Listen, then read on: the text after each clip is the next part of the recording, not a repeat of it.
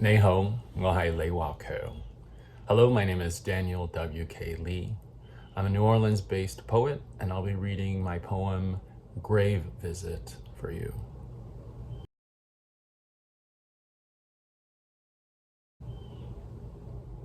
My father's voice crumbles like a sandcastle when he speaks to his mother's headstone, as though she sits before him, a sovereign with an audience, accepting his bow-headed saris, silently benevolent. My face leaks when my father's voice stumbles like a tide into a sandcastle. How did he get so close to a headstone in so few years? As I usher his bereft body towards Ajay's car. Ajay's God falls asleep as they forget how her eyes seep when our father's voice tumbles, feeble as a sandcastle. What does her God know of losing a mother or a father crumpled like an envelope, arthritic junk mail of a man? Can a perfect God have a history of grief? Assam, Dad repeats. Unluckiness pursues her even after death. He still won't call her Amma, as though the dead could be more dead.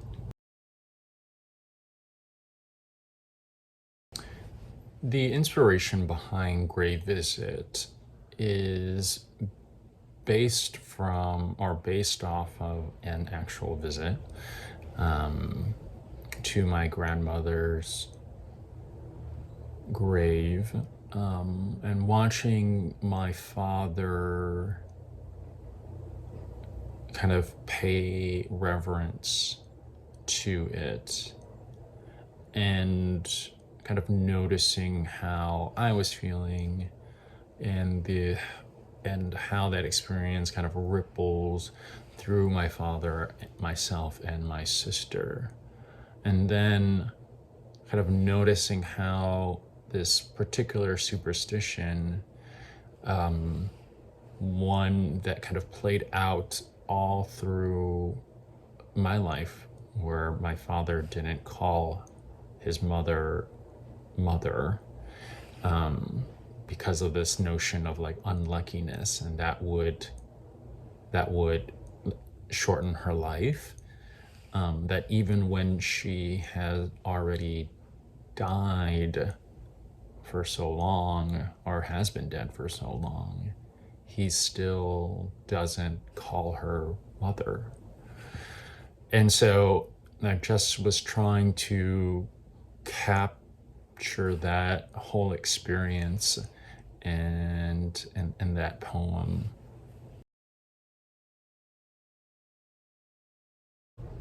I wanted to publish in Canto Cutie because Canto Cutie is doing an amazing job platforming and amplifying Cantonese creatives. And also, with the contribution of my work and others in this issue, we're really disabusing any notion that there aren't queer Cantonese and queer Cantonese creatives contributing to the kind of Cantonese cultural sphere.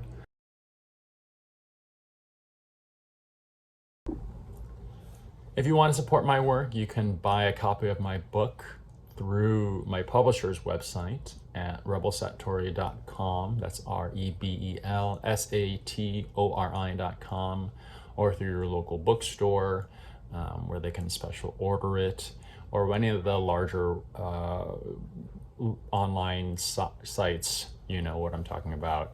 You can order through them as well. Or join my Patreon. It's at patreon.com/Daniel W.K. Li, Daniel W.K. Li, and support me with a small, modest donation monthly. And that definitely helps me get around the country doing readings And it's greatly appreciated and very impactful. So patreon.com/DanielWK Lee. Thank you.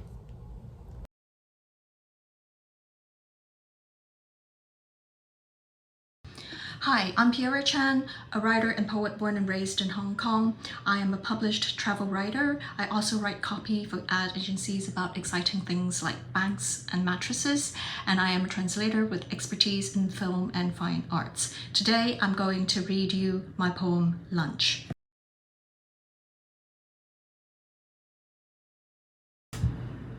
Lunch. My friends are over drinking watermelon I have slabbed for echoes and hacked into globes, now bobbing in a light Spanish white with bruised pears, rum and ice. Outside, the day roars in the tongue of cicadas that earth disgorged after 13 buried years. Inflectionless existential rhyming pours into the hallways and pings off the paint in the chambers, like those blinding after images of a bright hillside. Soon, fingers formed into mudras are disrobing blanched prawns, making offerings of oak-smoked salmon roses to parted teeth, as forks fail increasingly to escort arugula away from plates, and more calls trembling close to privates missed. Imagine 13 years for this, when towns rise in half that time and every 2 weeks a language goes extinct. What lengths just to sing? Here's to waiting, somebody says, let it bring, let it bring.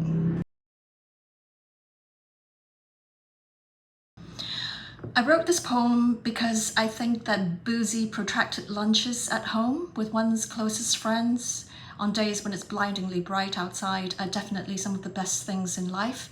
If I could request one meal before I die, it would definitely be that. I submit to Canto Cutie because it's a magazine that celebrates Cantonese and Cantonese-ness, and importantly for me, it does so through the medium of English. As an Anglophone writer from Hong Kong whose mother tongue is Cantonese, this resonates really well. There have also been instances in my life where people I meet seem to think that being an English writer and being an Asian who can speak and write Cantonese as well as I do are simply two things that should not go together. Fortunately, it hasn't happened so much in Hong Kong or in places where the majority of people are bilingual, but it happens, and I'd say it is common, too common, considering we're not in 1978. Well, Canto Cutie is the complete opposite, the antithesis, if you will, of that. So when a poet friend told me about this magazine, my immediate thought was, oh, I need to get a poem in there. On top of that, Canto Cutie celebrates cuteness, which I think is underrated in the world of writing. Traditionally, literature talks about beauty, talks about aesthetics all the time, but cuteness and cutiness, not so much. Well, looks like that is about to change. Thanks for having me. You can support me by checking out my writing. I intend to have a website, pierachen.com, up soon. In the meantime, follow me on social.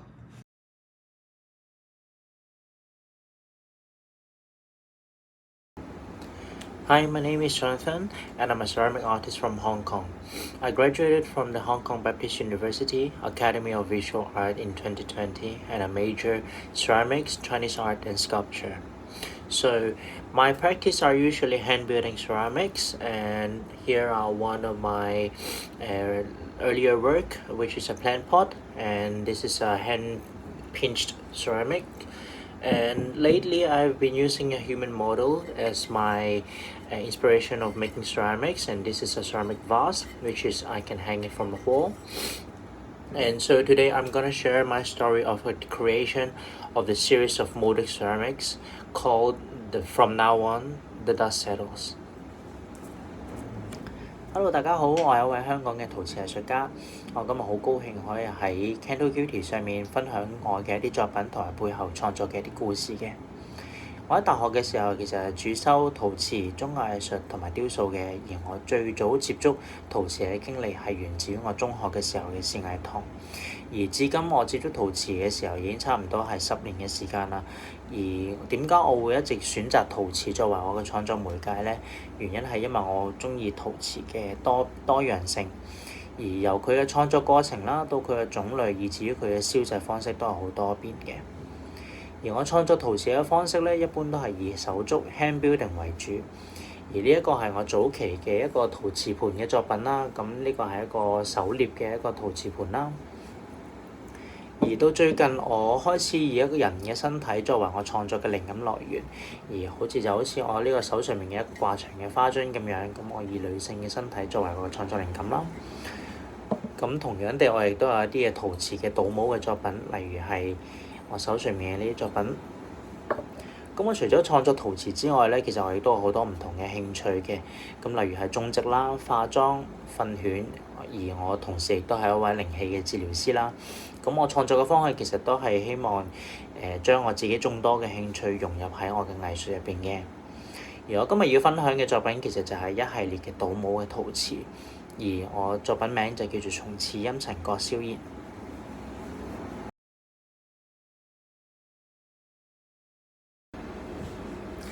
咁喺我嘅作品《從此陰沉覺蕭然》入邊咧，其實佢係由11件倒模男性私密部位嘅陶瓷組成嘅。而我係透過社交平台啦，同埋一啲交友嘅約會程式，去單獨約咗11位陌生嘅男性出嚟進行倒模啦。而倒模嘅位置咧，就係由佢哋嘅下腹去到大腿嘅位置。咁我手上面呢一個其實就係一個倒模嘅一個石膏模啦。咁佢嘅大細大約係我身上面呢個大細嚟嘅。咁喺呢個倒模嘅過程入邊，其實我希望透過我呢個行為，其實係呈現翻我喺約炮嘅時候嘅一個狀態嚟嘅。而令我覺得好有趣嘅一個地方係約炮嘅時候，兩個陌生人互不相識嘅情況底下，其實佢哋可以做一啲對大家絕對信任嘅行為啦。咁而呢啲行為嘅話，我哋其實可能同一般人或者同朋友甚至係情侶之間都唔會發生嘅。咁所以我決定將呢一個創作或者透過呢個創作去探討呢一個心態嘅。而另一方面，點解我會選擇倒模嘅時候係倒模呢一個嘅私密嘅部位呢？原因就係因為我發現男性嘅性徵其實喺當代嘅社會係被物化同被教得好嚴重嘅。男性一般嘅性徵其實佢哋嘅大細、長度，甚至係佢哋嘅形狀，其實都係唔影響一個男性嘅身份嘅時候，但係大眾好多時候會將佢哋嘅性徵定義為一個男人嘅身份。咁所以喺我嘅作品背後，其實我係每一個作品嘅背後呢一個位置，其實我都會加上一個對對方嘅一個印象。藉此其實我就係想表達嘅就係對於一個人嘅身份，或者對於對方嘅身份有一個定義係取決於我同佢之間相處嘅時間，而唔係佢單純係佢性徵嘅一個部分或者一個部位嘅大細形狀去定義嘅。咁而每一件作品嘅背後，我都冇寫返對方嘅一個姓名啦，去辨別。咁留有嘅就只有我對佢嘅一個印象嘅一個小句子。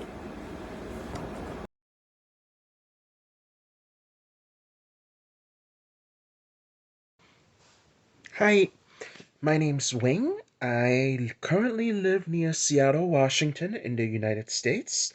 I usually am an artist and crafter, but for Canto Cuties, I'm actually a writer.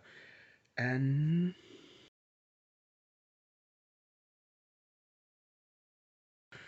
so there's kind of like a stereotype or meme, or I don't know, just like a common experience amongst trans people and queer people in general of like, hey, there were no signs. Um, when you finally come out or figure out your identity, it's just like, oh, hey, there were no signs, not at all. And then you look back at like, and you say that as you look back and in retrospect how everything becomes clear, right? How something that you did when you were like 4 years old or something, you're like, oh yeah, I probably should have known I was trans at that point, or like, kind of figured out something's weird at that point. Um, and I think it's a very common experience between queer people, between trans people. That's just like, oh yeah, like that time when like an example for me that I didn't put in my work is like that time I put on a dress as a joke when I was 6. Like it felt good. Well, it turns out like it actually feels good because that's what we call gender euphoria.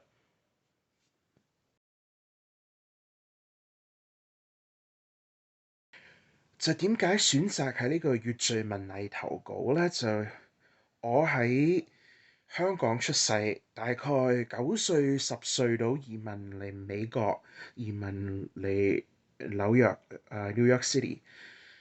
咁點講呢？即係由我細到即係我細個嗰陣時，喺我1歲到11歲到18歲嗰陣時咧，即係我睇嘅電視、我睇嘅電影、我聽嘅音樂，即係所有我身邊嘅文化，就算我喺美國，因為我係香港嘅，因為我始終都係香港人，係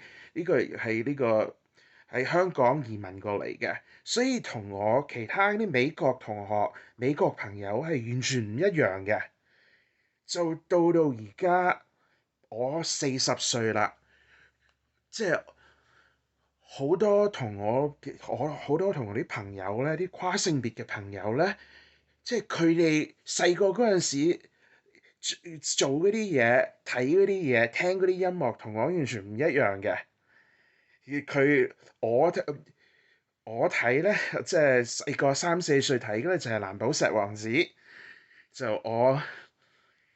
喺我青少年時間咧，我最中意睇就係金庸小説咁樣。係美國人咧，譬如佢諗住80、90年代咩跨性別扮女，所謂扮女人嘅就係嗰個咩 Mrs. Doubtfire。但係我諗咧，喺我上最中咧就係東方不敗咁樣。呢啲嘢咧係喺美國全英文嘅文學雜誌啊之類中咧，就算係網站裏面咧，我寫出嚟咧，人哋睇唔明嘅。即係佢係點講咧？就因為一定要係識講粵語，睇過粵語，即係喺呢個粵語世界長大嘅人咧，我諗先知道我嘅經驗。所以咧，我即係越罪文藝出咗呢個標題咧，我就諗住一定要投稿啦，一定要即係因為睇越罪文藝嘅朋友咧，我希望揾到一啲知己，知道同我一樣嘅經歷。哇，廣東話好耐未講過，sorry，所以講得唔係太好。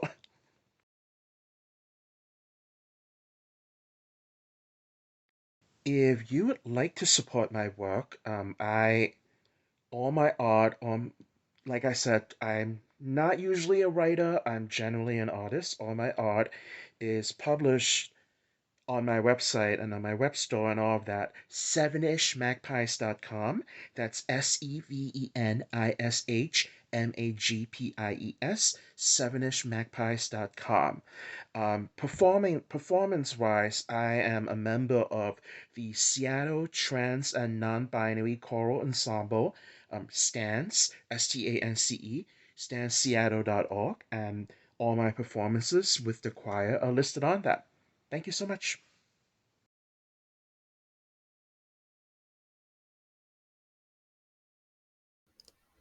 Hi, everybody. My name is Cynthia Li. I'm based out of Michigan, and I do a little bit of everything. I'm not an artist or writer in my day job, but I do quite a bit of art in my downtime to help me process my complicated feelings about complex topics. That includes a lot of poetry. I also write songs. I perform with my band, Talented Asian Girlfriend. You can look us up on Instagram or Bandcamp. Please give us a follow if you like us. And today, though, I'll actually be sharing a personal essay, the words that come after. Not the whole thing, though. The whole thing, I think, takes maybe 10 minutes to read out loud, and I only have 5 minutes on the recording. So we're going to try an excerpt and see how it goes. Wish me luck. Here is the words that come after.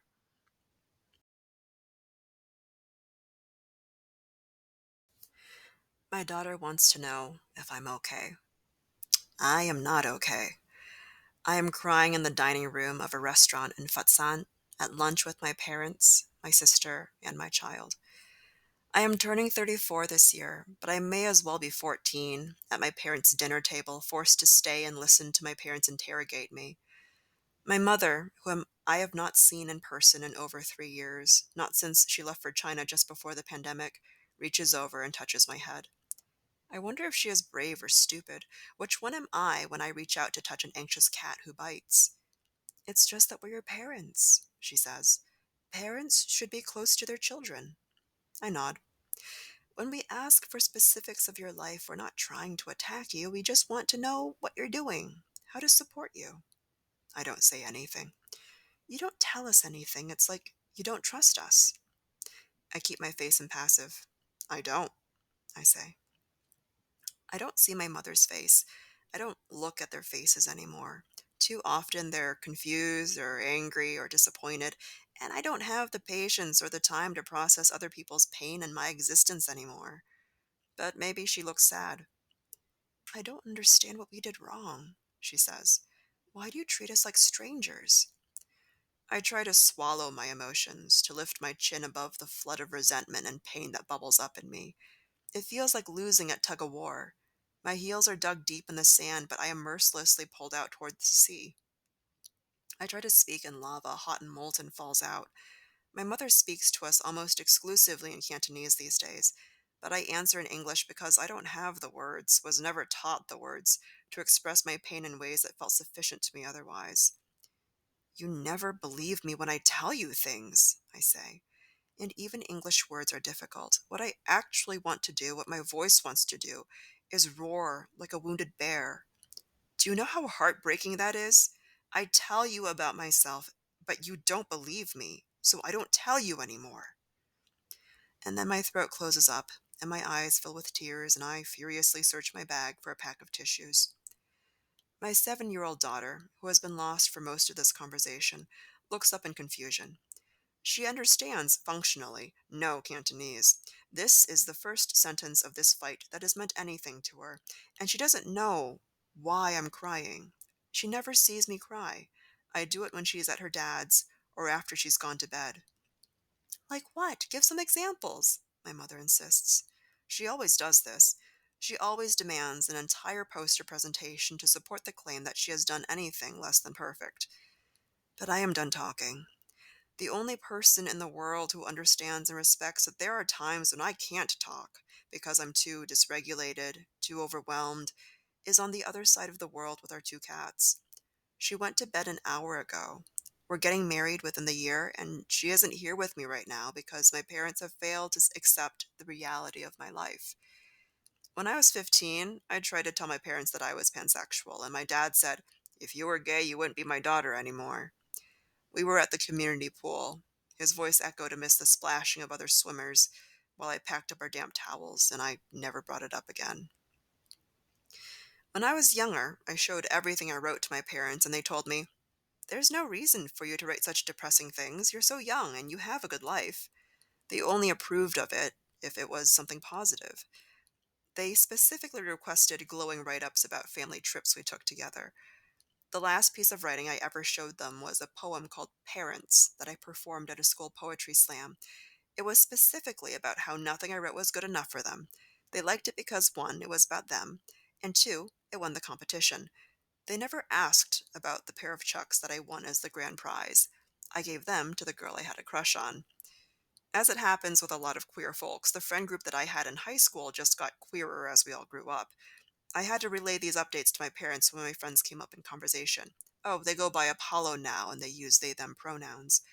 My dad would routinely scoff at these announcements as identity politics and then later demand via text whether or not my partner had had brain scans to prove she was trans. I would hide in the bathroom and cry, wishing that I could tell my own parents that I was non binary, but knowing that it would just be inviting trouble.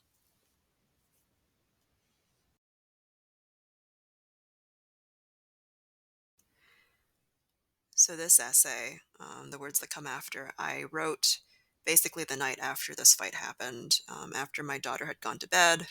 And I actually had time to, think about it and be like, there's just too many feelings inside my head. I have to put them down on paper or, like, I guess in this case, my phone.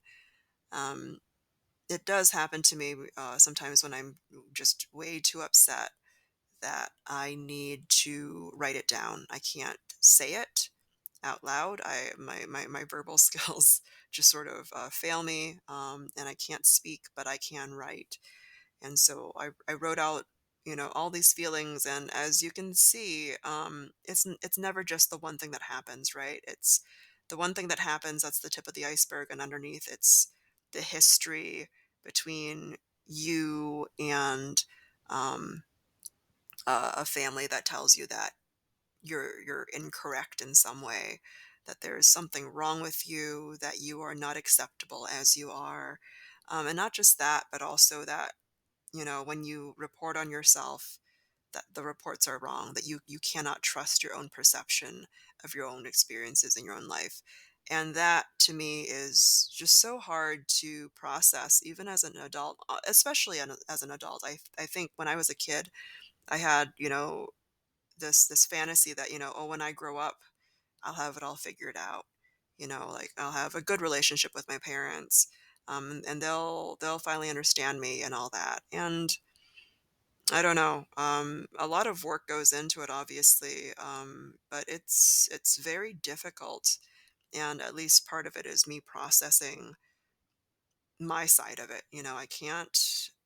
I can make requests, but if they're not answered on the other side, I can't control that. I can only control, what's going on over here, what's going on with me. And that's sort of, why I wrote this. Initially, it was a therapeutic exercise for myself, and it was much messier in its first iteration.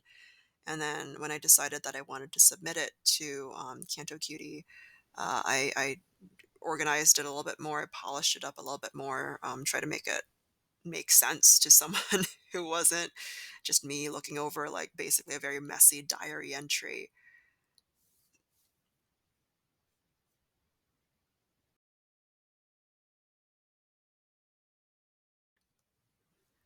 So this is actually my first published work um, outside of any sort of school publications ever. So that's a very big deal for me. I want to say thank you to Canto Cutie for this awesome opportunity. Um, As for why I chose to publish my work in Canto Cutie, I first came across Canto Cutie, I think on Instagram, and I just thought it was so cool that there was a zine for people who shared like this very like near and dear trait. Um, just the Cantonese speaking diaspora is, to me, it's weirdly a new concept. When I was growing up, I was just sort of under the impression that Cantonese speakers outside of China and Hong Kong was kind of they were difficult to come by, or they're all out in California or they're like over in Vancouver. Like I said, I'm from Michigan, and where I was growing up, it didn't seem like that many other Canto speakers were around, or like if they did speak it, like they weren't speaking it to me. And it was always like a really nice surprise anytime I ran across another person who spoke Cantonese. It felt like hearing, it felt like meeting family I never knew about. Um, and that's just really it's a really special feeling. So I thought it was really cool that there is a zine for folks like us. And then when I saw the all call go out for volume 7, um, I was like, well, I guess I write stuff sometimes. And I hadn't really been trying to publish anything at the time. And I was like, well, maybe I could submit and just, see what happens and see if, there is my writing even like fit to print, basically.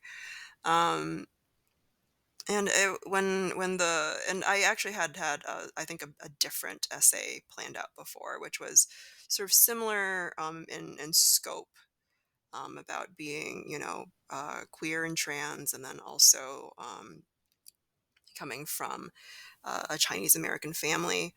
Um, but it had sort of, my draft had sort of stalled, and then, I was traveling to China with my kid, and I was like, I probably don't have time to even finish this draft and submit and all that. And then this fight happened. I was like, bitch, we're writing this. We're putting this down on paper. We're gonna make it uh, a legible piece of writing, and we're gonna submit it, and we'll see what happens. But no, I'm not keeping this to myself anymore.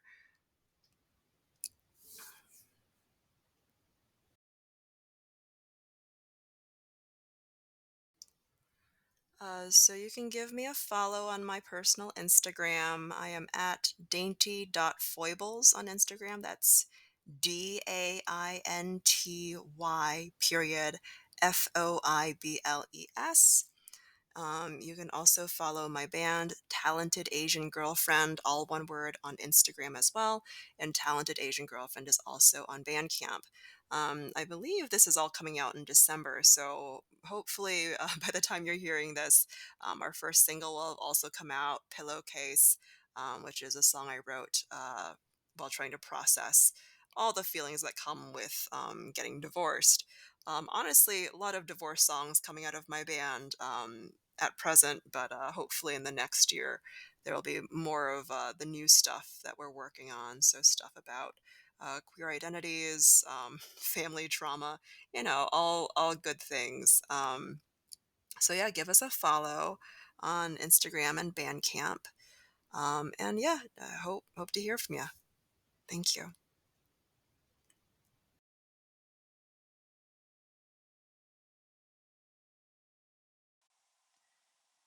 Hi everyone, I'm Jasmin Lin, a visual artist from Hong Kong. I'm also a multidisciplinary researcher, deeply immersed in the world of art history and culture. My canvas spans a variety of medium and style, from painting and drawing to experimenting with various art forms, such as sculpture, printmaking, comic, and photography. Today, I'm excited to share a painting and a text centered around the theme of intimacy.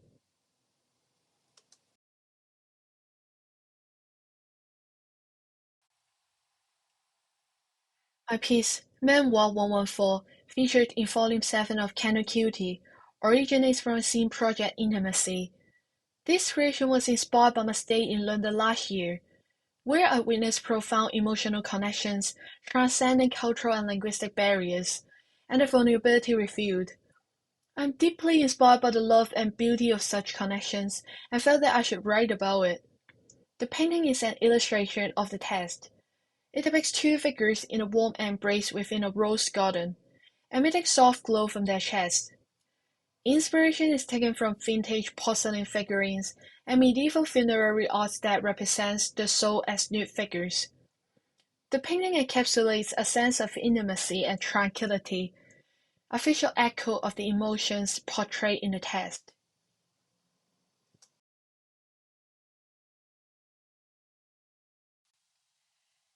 I chose to publish my work in Canto Cutie due to its unique birth within the Cantonese diaspora. I deeply appreciate its mission, and it is an international, inclusive platform for diverse artistic expressions. The theme of Volume 7, queer identity, gender expression, and intimacy, perfectly resonate with my personal scene project, Intimacy, which explores linguistic and cultural diversity. It's an incredible opportunity to connect with a wider audience and fellow creators within the vibrant community.